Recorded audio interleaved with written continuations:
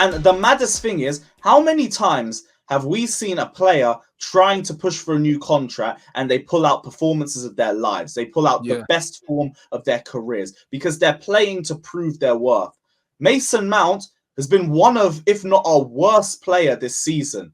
Single-handedly, I could say Mason Mount was what was holding us back in the first half of the season because he'll either under-hit passes, he'll either over-hit passes, he'll either keep his head down and ignore runners, he will be invisible for a full 60 minutes in a game, and then we'll hear he's our best talent or something. We need to give him 250k a week because of what he did back in 2021. He was our two-time player of the year, which, by the way, Thiago Silva was robbed in broad daylight for that award. How they managed to have the whole team out for a lap of honor and then in front of Thiago Silva's face, they gave the award to Mount, I will never know. But in spite of that, 2 times player of the year, like first year, you can have all of that. I don't care. But why are we propping somebody for 2021?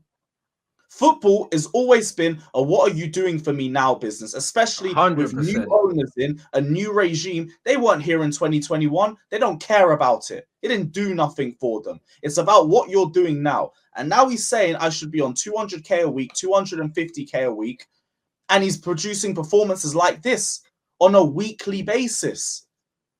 This guy, 80k a week, fair enough. Maybe you deserve a bit more than that. If you give him anything more than 150k a week, it's a madness. We offered him 180k a week, and that got left on the table. The fact that 180k, is about right for someone of his ability. Do you know what I mean? But the problem is now, I'd say less. No, I know, but give him 150. But thinking of when you include the English tax in it, do you know what I mean? The blue-eyed boy tax. Because that's what it is really. Because you're looking at Rashford, Rashi's on about 250 in it, so he's probably looking at what Rashi's on.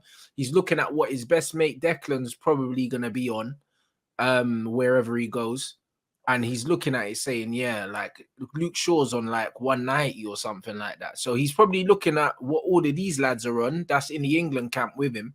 I'm probably thinking, you know what? I'm at Chelsea. They've got the money. And I've come through the youth system, so like man must be worth a little bit of peas, bro. Like that. This is just what it is. Unfortunately, you say bro. England, like he's not even good for England. I know he's not good. He's shit, bro. He's not good for anyone.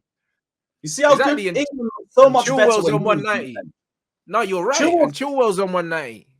But look, we've gone to a back three. You see how much better Chilwell is.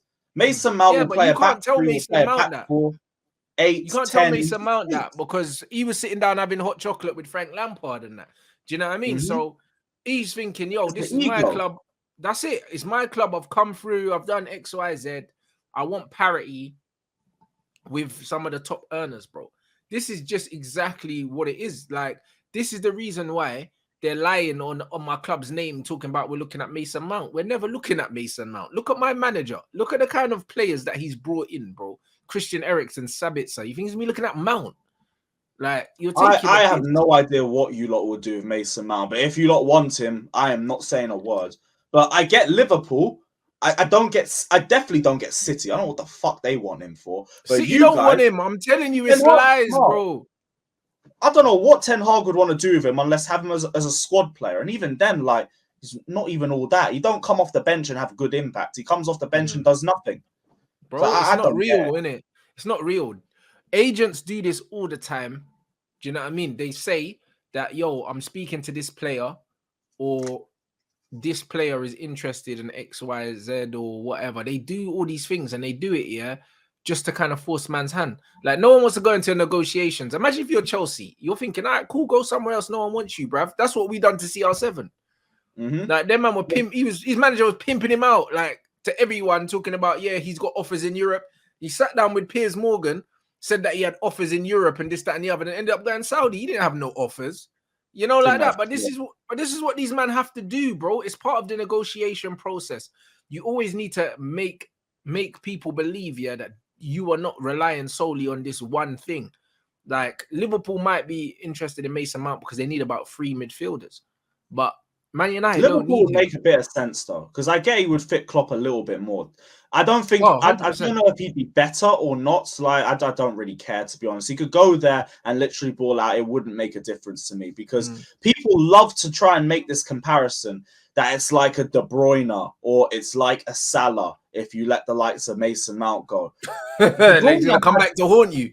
Yeah, but it's like even if that's the case, like I have watched enough of Mason Mount that if he goes to another club now and balls out, I'll look at my club and say, you know what? We gave him enough time. We gave him enough opportunity. It just didn't work out. I'm fine with it.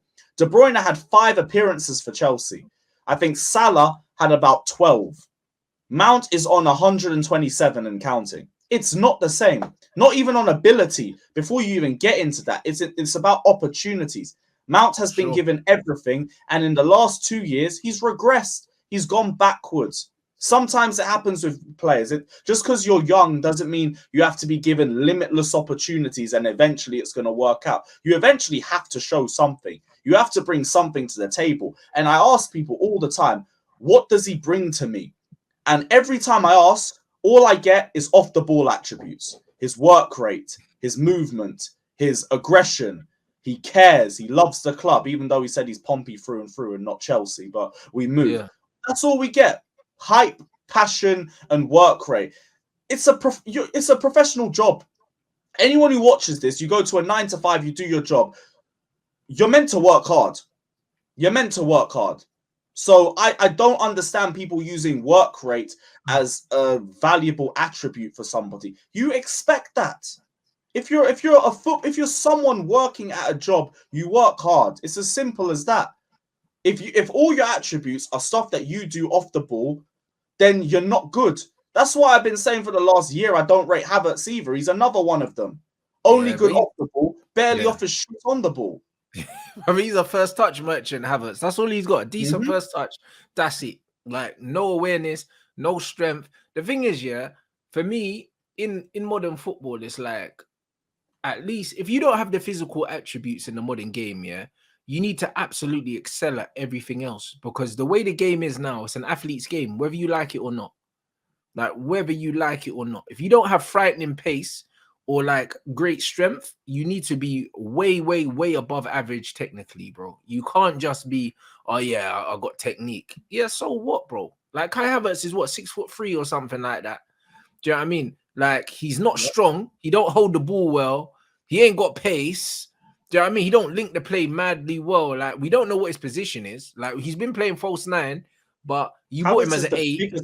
False image at Chelsea. You bought him as an 8, and then you tried him on the right. It hasn't worked. You tried him in the 10. It hasn't worked. It's like, bro, it's not worked anywhere. But he scored 1 goal one time, one important goal, and all of a sudden, like, literally living off it, dragging it down the mud. Bro, the Champions League final win has only become an excuse to players like him. Havertz, it's just so frustrating dealing with him. And now he's got penalties as well. He's just going to stat pad the hell off that. Already seeing the tweets out saying, our top goal scorer, our top scorer this year, best goal scorer under Potter. He's had like 2 non-penalty goals this year. And he's like, like, what are we doing? Like, we hype mids all. I get we're 10th and everything, but we don't need to flex shit just because we don't have anything else left to flex. Havertz, we have played him everywhere. I've seen him look good against Dortmund, looks good against Leicester as well. But you see these performances like 2 or 3 times a season. 9 times out of 10, I watch this guy, and I've seen the excuse that people say it's the position. We don't play him in his natural position. But the same no one knows where that is, though. Exactly. They'll tell me he's a 9 when we play him at a 10 and it doesn't work. When it doesn't work there, they'll say he's back to being a number 10. But he doesn't produce anything in terms of his attributes. Like, I get positions will affect the way you play, but there are basic fundamentals that you can bring to a game that he doesn't bring.